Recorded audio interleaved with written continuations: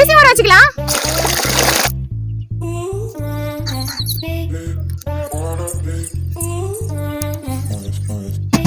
அக்கா இன்னைக்கு என்ன சமைக்க போறோம்? சிக்கன் ஃப்ரைட் ரைஸ் சமைக்க போறோம்.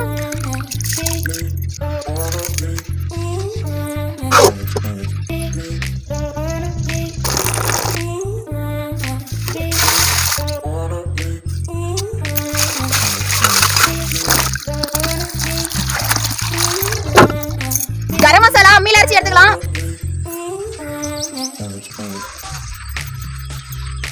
உப்பு சேர்த்துக்கலாம். சிக்கன் சேர்த்துக்கலாம்.